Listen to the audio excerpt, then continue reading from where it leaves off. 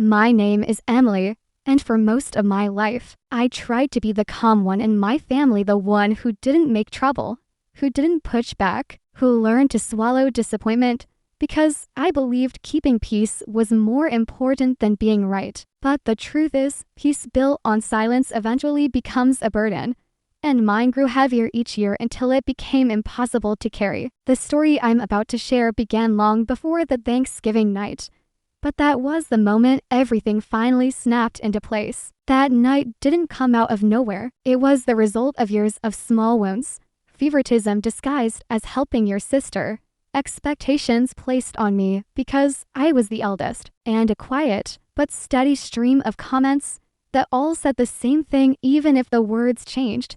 She matters more than you. My sister, Claire, was 2 years younger than me, and growing up, she seemed to be the center of every decision in our household. If she wanted something, our parents found a way to give it. If she messed up, they made excuses. If I needed help, they told me I needed to learn independence. And I did. I worked, saved, sacrificed, and became the kind of responsible adult they could lean on, but never the kind they celebrated. Still, I tried to believe that families had seasons, that one child sometimes needed more support than the other. I didn't want to become bitter or jealous, so I kept my distance and kept my expectations low. But nothing prepared me for the moment my sister stood at the center of the dining room during Thanksgiving dinner, holding her wine glass like a trophy as she tapped it with her spoon to get everyone's attention. The house was full: cousins, aunts,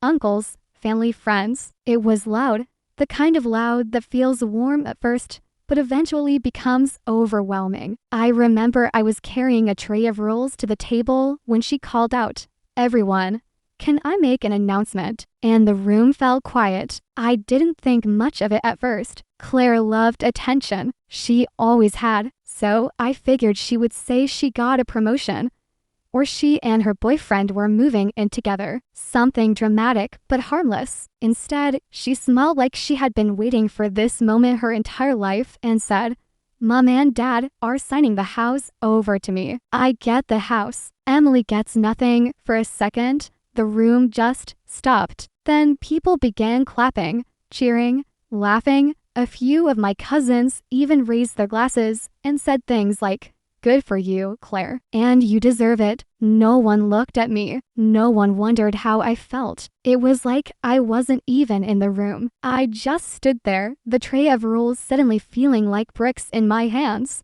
And a strange calm settled over me, the kind of calm that comes right before a storm you've been avoiding your whole life. Claire's voice cut through the noise again as she added, with a little shrug, "I mean, it makes sense. Emily moved out early. She doesn't help with anything here. So it's only fair, only fair." Those two words were sharper than anything else she said. In my mind, memories flashed, years of me babysitting her, helping her with homework, covering for her when she broke curfew, giving up my plans to stay home because our parents needed someone reliable. Years of me doing things that no one remembered, because I didn't complain about them. I finally set the tray down on the counter, brushed the crumbs off my hands, and walked back to the table. I didn't raise my voice. I didn't make a scene. I simply pulled out my chair, sat down, and looked at my father, who suddenly seemed very interested in the napkin he was folding. "Dad," I said quietly,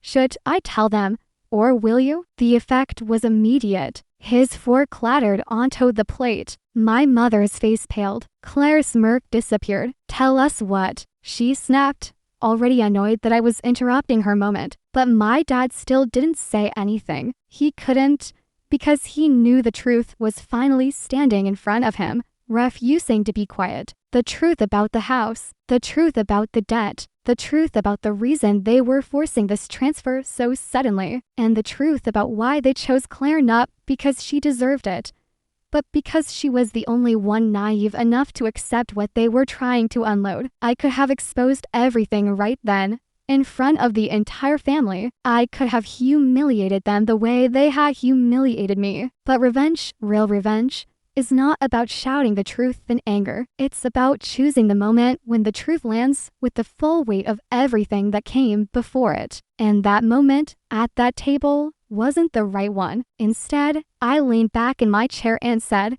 in the calmest voice I've ever had, "It's okay. We'll talk after dinner." The rest of the meal was awkward, tense, and painfully slow. The cheering stopped. The excitement disappeared. People whispered, glanced at each other, and threw confused looks at my parents. Claire kept fidgeting, trying to bring the conversation back to her good news.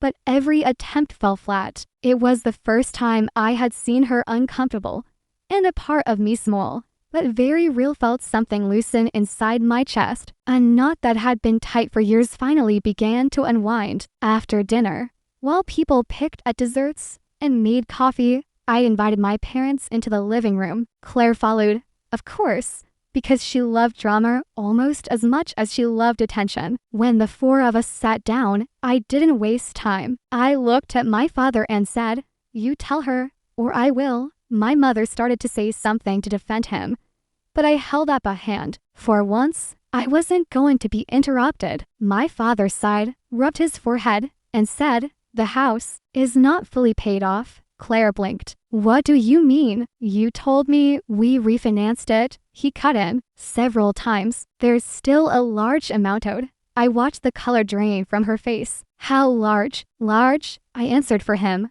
as in a financial disaster. Claire stared at me like the ground beneath her feet had disappeared. "Why would you give me a house with debt?" "Why me?" My father couldn't look at her. My mother couldn't look at either of us. So I answered for them again. "Because they thought you'd say yes without asking questions," I said quietly. "And because they didn't want to risk ruining my credit if things go bad." It was the truth. A truth they never expected to say out loud. A truth they hoped would stay buried under my silence. But I wasn't silent anymore. And that moment, watching my sister realize the golden gift she bragged about was actually a trap, was the beginning of everything that came next.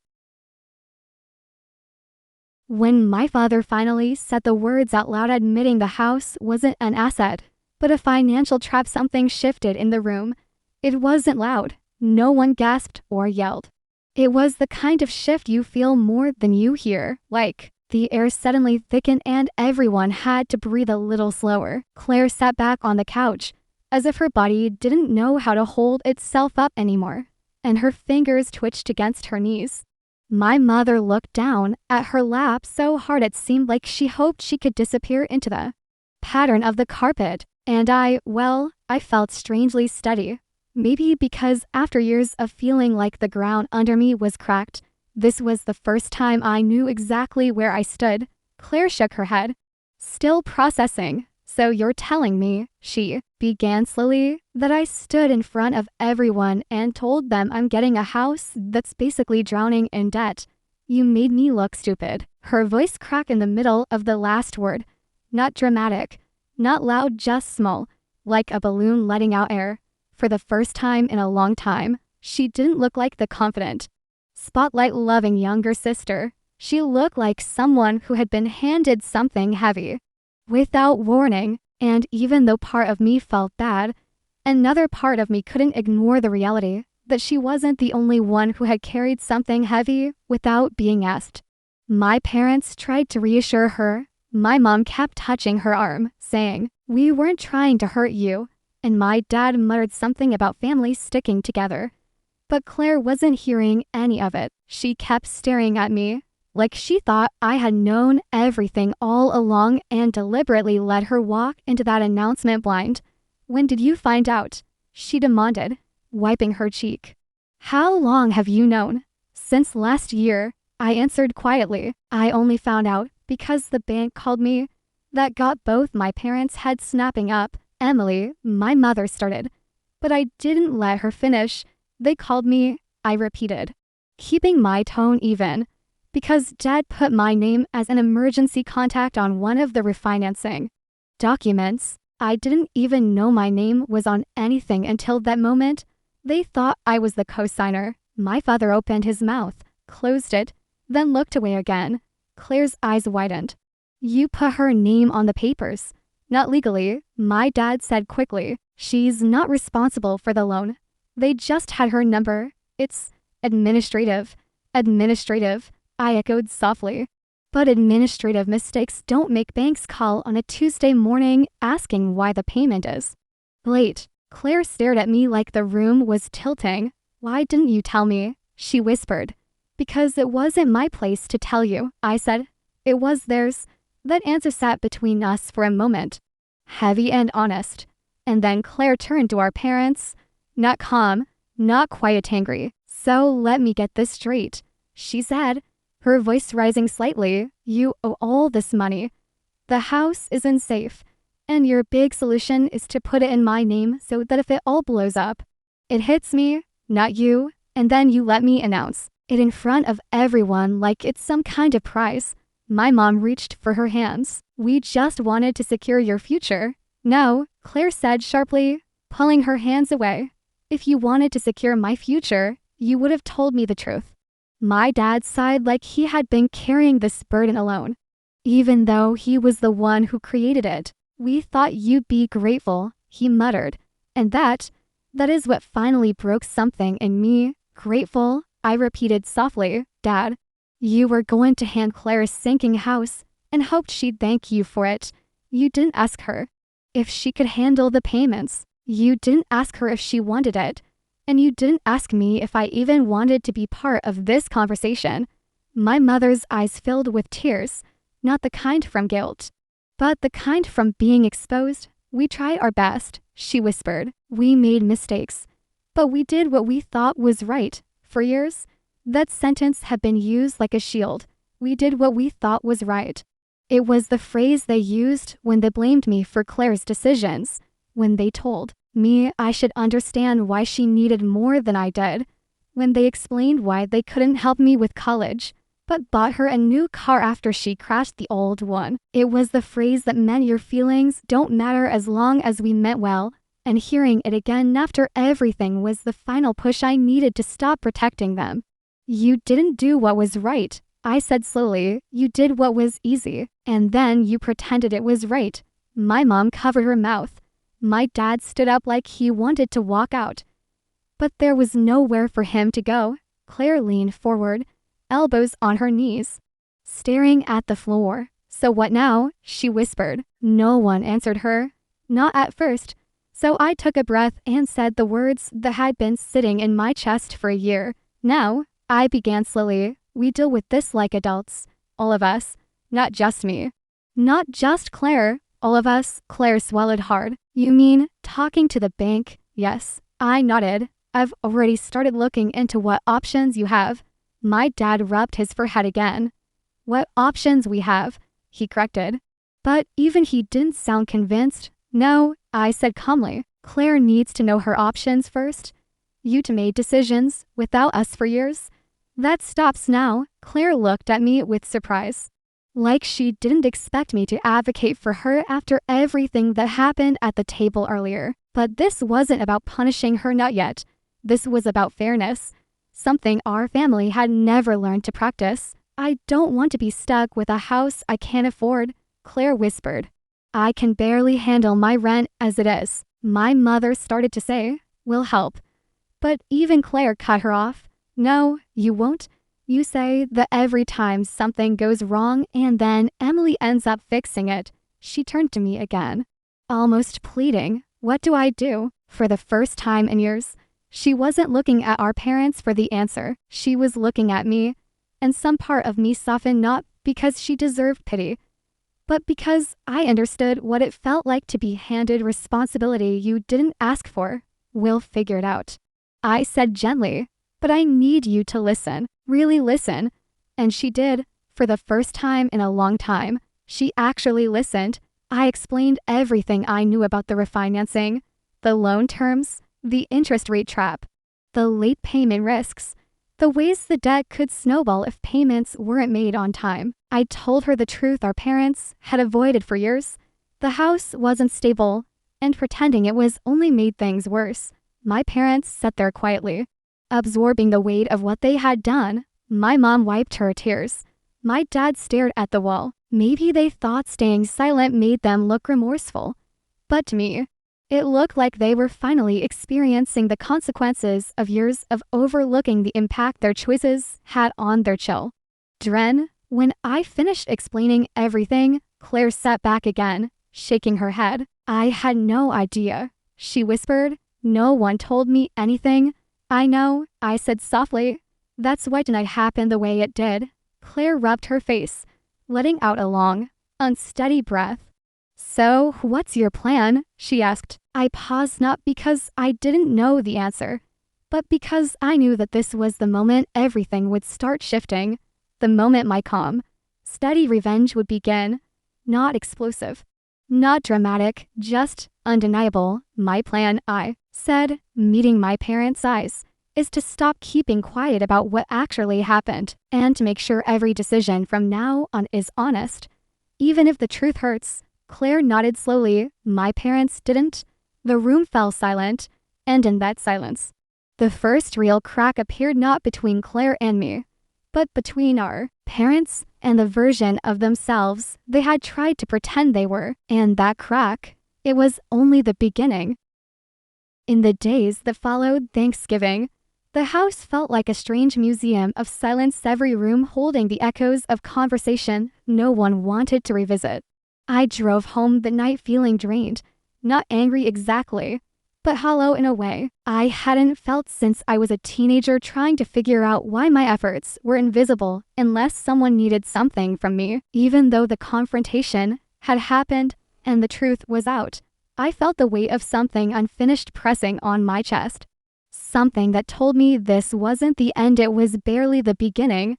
The next morning, I woke up to several missed calls from my mother, one from my father, and 3 long texts from Claire. I ignored all of them, not out of spite, but because I needed space to think clearly. For so many years, I reacted to every family crisis instantly, jumping in like a firefighter who didn't own the burning building but felt responsible for putting out the flames anyway. This time, I didn't want to fix anything automatically. I wanted to understand my own feelings first. Later in the afternoon, I finally opened Claire's messages. The first one was confused. Hey, can we talk? I didn't sleep at all. The second one was scared. Please don't tell anyone else about the house stuff. I'm embarrassed. The third one was softer, almost childlike. I didn't know. I swear I didn't know they were doing that. I feel stupid. And for the first time in a long time, her texts didn't make me roll my eyes. They didn't feel manipulative or dramatic. They felt real. I responded with, let's talk later, but I need to be clear about some things first. She agreed immediately, almost too quickly, as if she was afraid I would disappear if she waited too long. I didn't answer my parents. Not yet. They were the core of this mess, and while I knew eventually I would confront them again, I wasn't going to let them dictate the pace the way they always had before. Instead, I spent the day gathering everything. I had copies of the bank letters, the refinancing notices, the loan summaries, the late payment alerts, and the timeline of when I first became aware of the debt. It wasn't that I wanted to throw documents in their faces, but when people have avoided responsibility for years, showing them cold facts is sometimes the only way to cut through decades of excuses. Later that evening, I agreed to meet Claire at a quiet cafe near my apartment. When she walked in, she looked nothing like the confident woman who tapped her wine glass at Thanksgiving. Her shoulders were slumped, her eyes tired and swollen, and she had this hesitant way of moving that reminded me of the little sister who used to peek into my room after nightmares, whispering, "Are you awake?" Before crawling into my bed. She sat down and didn't even order anything. "I'm sorry," she blurted, the words spilling out before she could stop them. I had no idea they were drowning like that. I just thought. She paused, breathing unevenly. I just thought they loved me more. I guess I thought that was why they were giving me the house. Hearing that hit me harder than I expected, not because she said it, but because it was the same painful thought I used to have about every choice our parents made. I sighed gently. "Claire, they don't love you more. They just protected you more. There's a difference. She nodded slowly, wiping under her eyes. I guess I never asked why. I never wanted to know the answer. For a moment, neither of us spoke. We just sat there in this quiet space between blame and understanding. Then she took a breath and said, I need your help, please. I don't know where to start. This was the moment many people would think the revenge should begin saying, no, letting her drown the way she almost let me drown emotionally at Thanksgiving. But real revenge, the kind that doesn't eat you alive from the inside, isn't about cruelty. It's about clarity. It's about holding people accountable without becoming the villain in your own story. So I nodded, I'll help you. But this time, you need to be part of the work. I'm not carrying this alone. She agreed so fast it almost startled me. We spent the next 3 hours going over everything.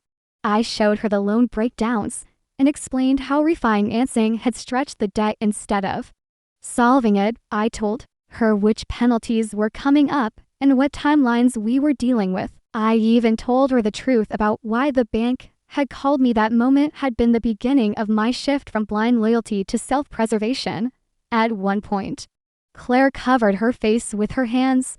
How did they hide all this? She whispered. By pretending everything was fine, I said quietly, and by making sure we never asked questions. But why didn't they ask you to take the house? She asked. You're older. You're more responsible. Exactly, I said. I would have asked questions. Lots of them. And they knew it. Claire stared at me, the truth settling in her eyes. They picked me because I'm easy to manipulate, she murmured. They picked you because you trust them without hesitation, I corrected gently. There is a difference. She nodded again. Slower this time. She understood. She didn't like it. But she understood. After our meeting, Claire insisted on talking to our parents herself. She said she needed to confront them without using me as a shield. I agreed. But I asked her to record the conversation not secretly, but openly so no one could twist what was said later. When she called them, she put the phone on speaker so I could hear her side of the conversation while I sat in front of her. Mom, Dad, she began, tone steady. I know about the loan. All of it. My mother immediately started crying. My father immediately got defensive. It was predictable. But Claire surprised me. She didn't fall apart. She didn't try to soothe them. She didn't try to beg for explanations. She said, clearly and calmly, you should have told me before making me stand in front of the whole family and announce something you knew wasn't true. My father tried to blame stress. My mother tried to blame confusion. Claire didn't let them. You've been refinancing for years, she said firmly. That's not confusion. That's denial. I saw my mother wince at the word denial. My father muttered something about sacrifice and pressures. And then Claire said the sentence that landed like a stone in still water. You used me. Silence. Long, heavy silence. My father exhaled shakily. We were trying to fix it before you two found out. Claire didn't raise her voice, but instead of fixing it, you tried to hide it behind a gift. You tried to hand me your mistake. That was the moment I knew my sister was changing not into someone hard, but into someone honest. After the call, Claire hung up, then leaned back in her chair, staring up at the ceiling. I'm so stupid, she whispered. No, I said softly, you're not stupid. You were trusting. Same thing, she laughed bitterly. Not anymore, I said. Not if you learn from it.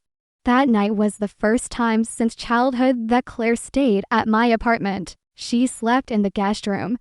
But before she went to bed, she stood at the doorway and said, Thank you, really, we're not done. I warned gently, this isn't solved. I know, she nodded. But at least now I'm not walking blind. And it was true, for the first time in our lives, we were walking through something together. Not as the favored child and the responsible child, but as two adults finally seeing the reality of our family with clear eyes. Over the next few days, the slow revenge grew not through anger or shouting, but through truth, through refusing to let our parents hide behind excuses, through letting them sit with the consequences of their secrecy, and through planning, quietly and carefully, The next steps that would dismantle the pretenses they had built for years. But there was still one piece missing, something I had known for months. Something my parents hoped I would never reveal. Something that would crack everything open. The fourth day after Thanksgiving was when everything inside me finally settled into a decision. The kind that doesn't explode outward, but quietly reshapes everything beneath the surface. I woke up early, long before the sun, with this strange calm in my chest, the kind that comes not from peace, but from certainty. I knew exactly what had to happen next. Claire had confronted our parents, yes, but she only confronted them about the house, the debt, the lies surrounding the refinancing.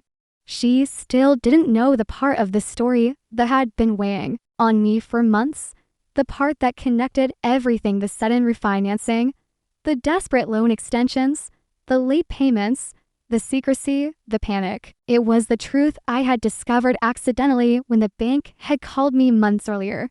The truth that explained not only their financial mess, but also their sudden push to hide everything under their label of family sacrifice. And deep down, I knew they didn't just hide this from Claire, they hid it from me, because I would have forced them to face it immediately. For years, my parents treated responsibility like a coat they could shrug off whenever it got too heavy, tossing it between the two of us depending on who was more convenient.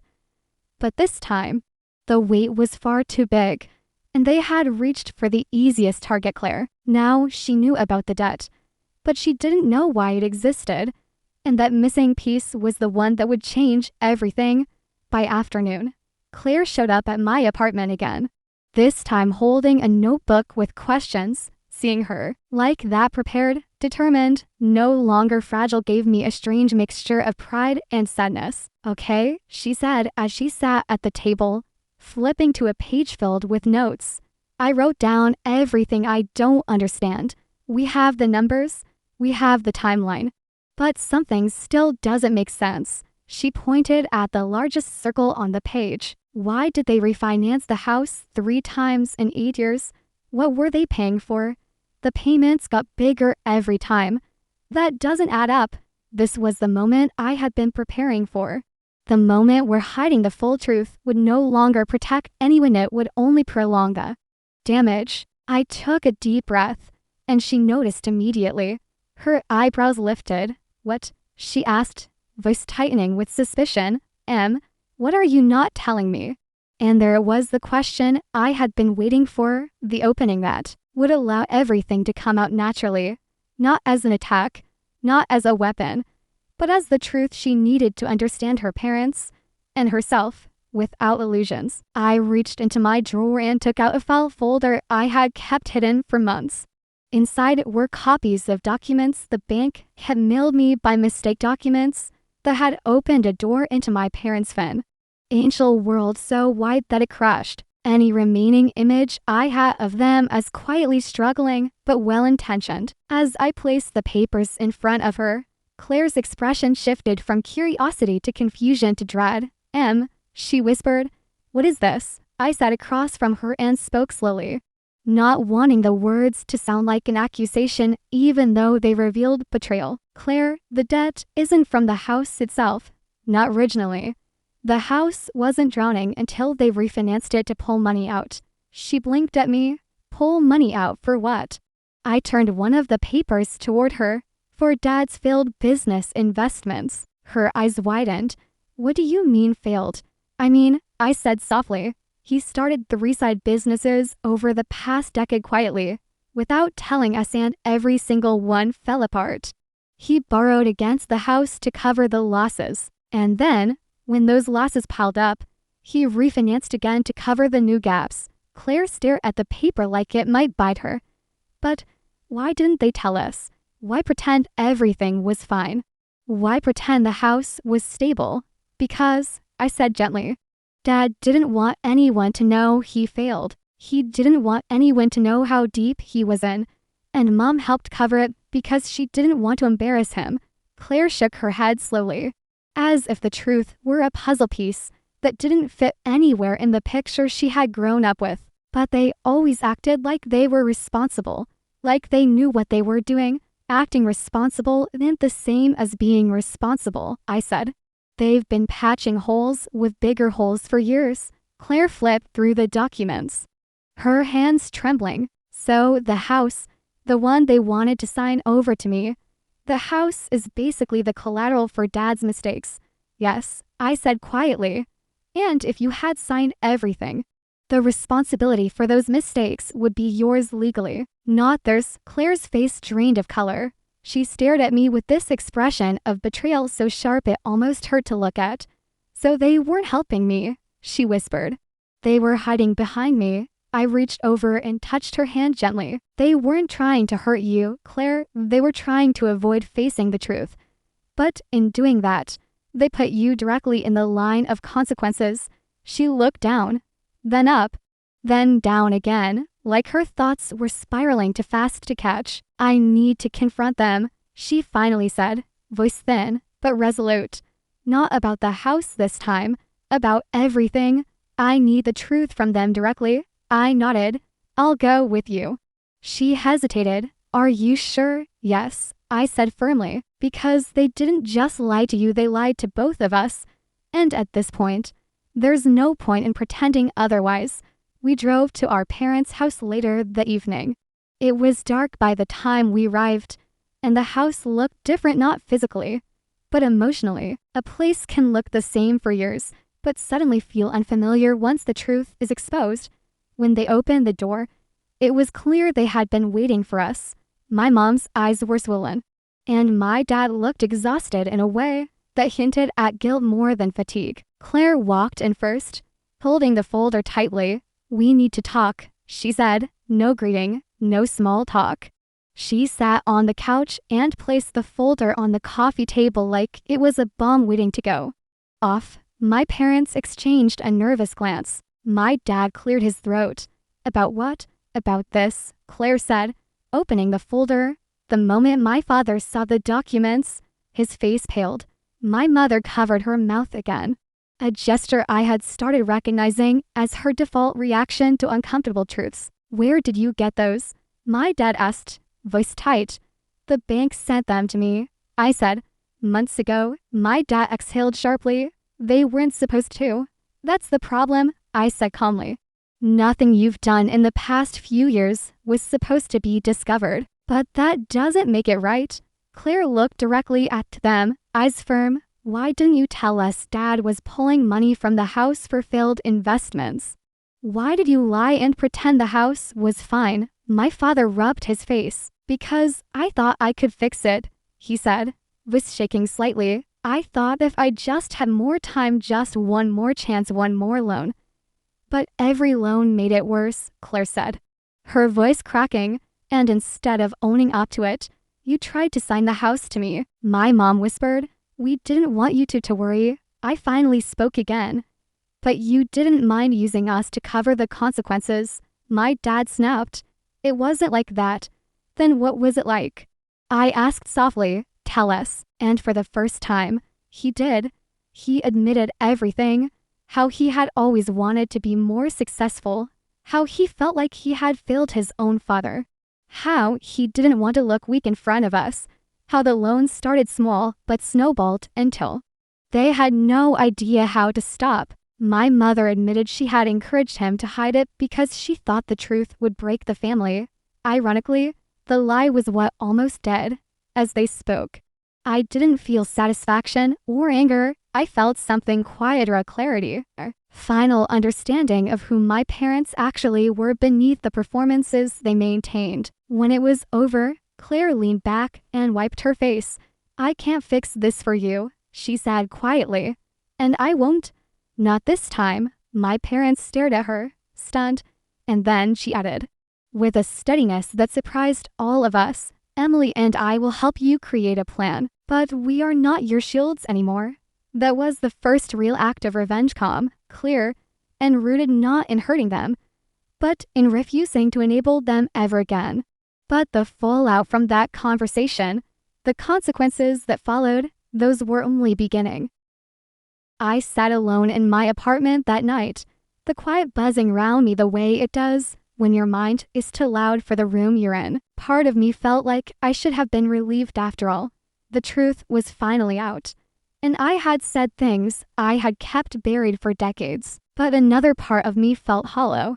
Like I had just experienced an emotional earthquake and now I was walking through the ruins trying to understand what had collapsed and what still stood. After leaving my parents' home, I didn't cry immediately. It took a few hours for everything to slow down enough for the emotions to catch up with me. When they finally did, it was overwhelming, a strange cocktail of sadness, anger, betrayal, anger again, and a sort of exhausted acceptance. I kept replaying the same moment in my head, my mother's expression, the guilt flickering across her face like a light she tried to turn off quickly, my father avoiding my eyes as though my very existence had become inconvenient for him to acknowledge, and my sister's scream, her shock that the secret she had guarded like a trophy had turned into the rope that snapped around her own plans. The whole scene felt surreal, and as much as I tried to steady myself, I couldn't shake the sense that Thanksgiving had been just the opening of a door, one that led to a long hallway full of locked rooms, each hiding something I still didn't know.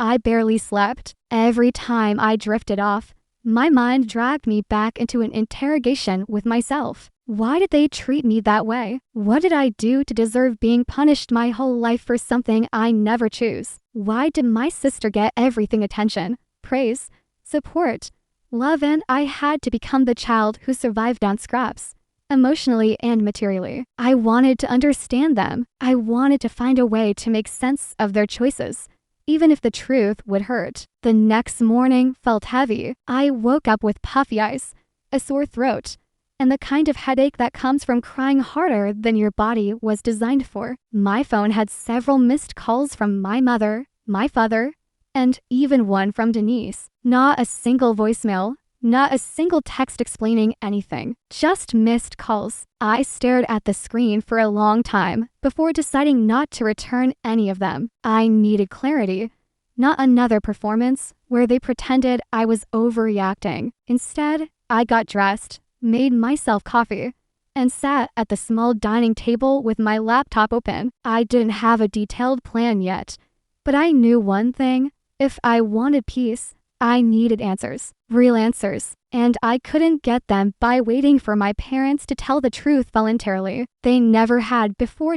So I started digging. It began with something simple: public records, property records, tax documents, liens, anything that might show what was actually going on with the house. If my father had signed it over to Denise, there had to be documents. But the deeper I went, the more confused I became. Nothing had been officially transferred. No deed had been updated. No contracts had been filed. In fact, the house still had an active mortgage, and not a small one. It was strange, because my father always bragged about paying everything on time and being responsible. But the numbers didn't add up. They were behind, not by a month or two, by nearly a year. That was the first moment I paused and leaned back in my chair, because something felt off, like I had stumbled onto a missing piece of a puzzle I didn't even know existed. Why lie about giving the house to Denise if it wasn't legally done? Why tell her anything at all if the house wasn't fully paid? Something wasn't right.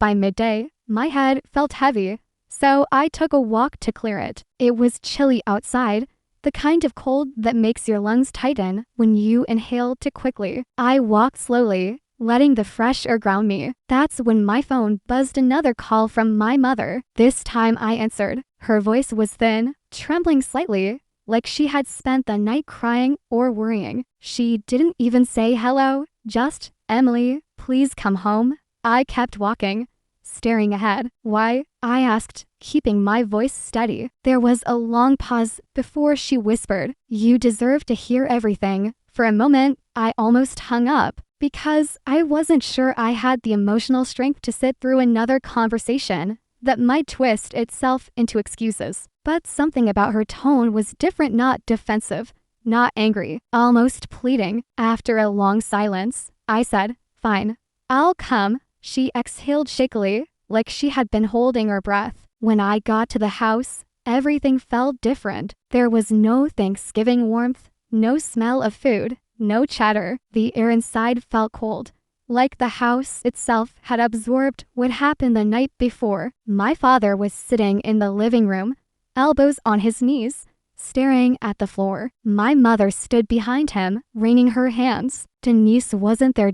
My father didn't raise his head when I walked in. He just said, "You looked at the mortgage, didn't you?" The bluntness of his question caught me off guard. I didn't answer immediately. My mother closed the living room door as though preparing the room for a confession. I sat on the far end of the couch, keeping distance between us. "What's going on?" I asked, my voice calm but firm. My father sighed heavily. "The house," he began slowly, "is not what you think." He looked older, smaller, like the truth had carved years out of him overnight. "We didn't tell you or Denise because we didn't know how." My mother sat down across from me and added, "We're behind on the mortgage. Your father refinanced the house 8 years ago, and then again 4 years ago." My eyebrows lifted. "Twice." My father rubbed his forehead. "We used the second refinance to help Denise start her salon and pay off some of her credit card debt." The words hit me like cold water. So the house they had promised Denise wasn't even theirs to give without the bank's permission. And even worse, they had gone into debt to support her while acting like I was the irresponsible one. I sat there absorbing everything, my pulse beating steadily, but heavily. "So, let me get this straight," I said slowly. "You refinanced the house twice to help Denise, but never told me you're behind on payments. And yet, you announced to the entire family yesterday that you're signing the house over to her." My mother winced, and my father finally raised his eyes to mine. "She pressured us," he said quietly. "For months. She wanted security. She said it was only fair since she would be the one to take care of us when we're old."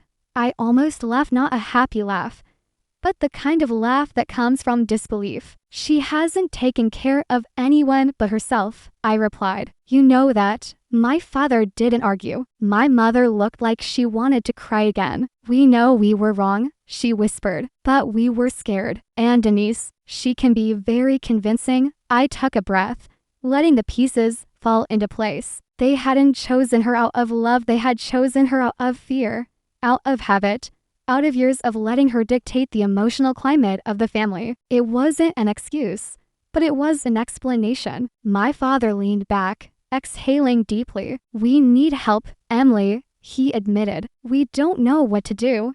The room fell silent, heavy with truth for the first time in years. All my life, they had treated me like the independent one, the strong one, the one who didn't need anything. But now it was clear they needed me more than they ever admitted. And I had a choice to make. I could walk away and let them collapse under the weight of their own decisions, or I could help them, but on my terms, calmly, carefully, with boundaries, and with a plan that would restore fairness, not favoritism.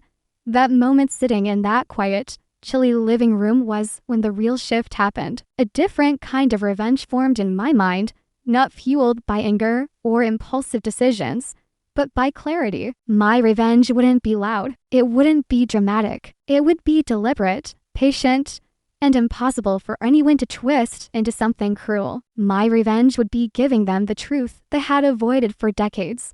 Denise wouldn't be allowed to treat me like the expendable sibling anymore. She wouldn't get to manipulate our parents using fear, guilt, or entitlement. And the house, the symbol of everything imbalanced in our family, would finally stop being her trophy. And I would make sure of it, slowly, calmly, and in a way she'd never expect.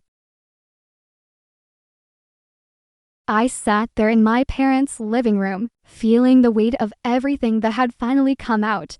And for the first time in years, I didn't feel like the discarded child watching life happen from the sidelines. I felt like someone who had stepped into her own clarity. But clarity doesn't mean the situation was easy. In fact, the days that followed were some of the most emotionally complicated I'd ever lived through. My mother kept calling me every morning, not with demands or guilt, but with a quiet uncertainty that almost made her sound like a child. My father would send short texts, things like "we appreciate you," or "call if you need us," messages so far into our relationship that I didn't quite know how to respond. Meanwhile, Denise didn't reach out at all. Not a text, not a call, not even a passive-aggressive comment or guilt-laced voice message. And that silence, coming from someone who had built an entire personality around controlling and managing the people around her, felt like the loudest reaction she could have given. I suspected she wasn't silent because she was calm. She was silent because she was planning. And I knew that whatever she was planning would find its way to me eventually. The question was how. I didn't wait for the next explosion. I decided to act first, but with strategy, not emotion. Revenge, at least the kind I believe in, is not about hurting someone back. It's about changing the dynamic so completely that the person who once felt powerful realizes they can't operate the same way anymore. So, the first thing I did was help my parents, but not by bailing them out or throwing money at problems that weren't mine. I sat down with them at their kitchen table and went through every single financial document, every bill, every loan, every payment they had missed, and even the ones they didn't know they were behind on. The mess was bigger than they had admitted. They weren't just behind on the house. They had borrowed money to help Denise on multiple occasions, including to loans they had co-signed for her, loans she had defaulted on, leaving them responsible. It was like uncovering an archaeological site of poor decisions, each layer revealing another one Denise had convinced them to make because she needed it, because she deserved it, because she was the one who would take care of them. And every time they gave in, the hole got deeper. At first, my parents shrank with embarrassment as I read through everything. But I didn't yell. I didn't lecture. I stayed calm, steady, and focused. Because I had learned long ago that when people feel safe, they stop being defensive. I asked questions gently, and when they didn't know the answers, I told them it was okay, we would figure it out together. And slowly, they started opening up. My mother confessed that she often agreed to help Denise because saying no felt like inviting a storm. My father admitted he let Denise take advantage because he thought good parents don't choose sides, even though choosing Denise over me was exactly what he had done. I listened quietly, letting them talk. Because this wasn't just about money. This was about years of patterns they had never acknowledged. By the end of that night, my parents looked exhausted but lighter, as if telling the truth had finally allowed them to breathe again. Once I understood the full picture, I helped them contact a financial counselor, renegotiate the mortgage, and draft a strict repayment plan they could manage. Then came the moment I knew would be the foundation of my revenge, not the angry kind, but the balanced kind. I told them, without hesitation, that I would help them get back on track, but only under the condition that everything moving forward was fair. No more secret help for Denise while pretending I didn't exist. No more decisions made behind closed doors. No more favoritism disguised as parental support. They agreed immediately, not even trying to defend what they had done in the past. My mother cried quietly, thanking me, and my father just nodded with relief. It was the first time I felt like they were meeting me as equals, not as someone they needed to appease or hide things from. I knew I had to talk to Denise eventually, but I wanted to do it from a position of clarity, not emotion. So when she finally showed up at my apartment 3 days later, banging on my door like she was trying to break it down, I was ready. She stormed inside the moment I opened the door. Her eyes wild, her voice sharp enough to cut through the air. She accused me of sabotaging her future, of manipulating our parents against her, of ruining everything she had worked for. I let her speak without interrupting, watching the way her anger spilled out almost uncontrollably. She wasn't angry because she lost the house. She was angry because she lost her leverage. When she finally paused long enough to take a breath, I simply said, "Denise, the house wasn't yours. It was never yours, and you know that." She opened her mouth to scream again, but I held up a hand. "I'm not fighting with you, but you need to understand that using our parents like a safety net is over. They can't afford it, and they won't do it anymore." Her face twisted in disbelief, then anger, then something that looked suspiciously like fear. I continued speaking calmly. keeping my voice steady. They nearly lost the house trying to help you. You left them with debts you didn't pay, and you thought they owed you even more. Denise shook her head, muttering that I was twisting things, that I was the manipulative one. But her voice had lost some of its fire. She knew I was telling the truth, even if she refused to admit it. I walked to the door, held it open, and said, "We're adults now. You have your life, I have mine. And from now on, you stand on your own, just like I always had to." She stared at me for a long moment, her jaw trembling slightly. And then, surprisingly, she didn't argue. She didn't scream. She didn't try to reclaim control. She simply walked out without another word. Her silence felt like the final shift in our family dynamic. For the next few weeks, the house situation slowly stabilized. My parents showed me every financial update without hesitation. They started setting boundaries with Denise, something I never thought I'd live to see. And strangely, our relationship began to heal in ways I hadn't expected. They apologized more than once, not in dramatic scenes, but in quiet, sincere moments that felt more meaningful than any grand gesture. We talked honestly for the first time in years. We rebuilt trust slowly, brick by brick, with honesty replacing the old foundation of avoidance and favoritism. And Denise, well, she kept her distance. Maybe she was embarrassed. Maybe she was angry. Maybe she was finally forced to confront the fact that she couldn't control everything anymore. But whatever her reasons, her absence created a peace in the family I hadn't known was possible. My revenge wasn't destroying her life or hurting her the way she had hurt me. My revenge was taking back the power she had held over all of us. It was helping my parents stand up to her manipulation. It was choosing truth over silence. It was showing them,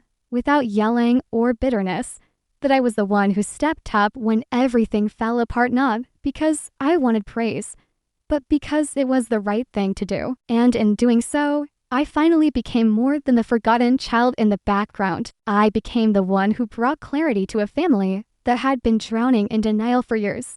Sometimes revenge and dramatic. Sometimes it's not about seeing someone fall. Sometimes it's simply restoring balance where imbalance has ruled for too long. And that's what I did.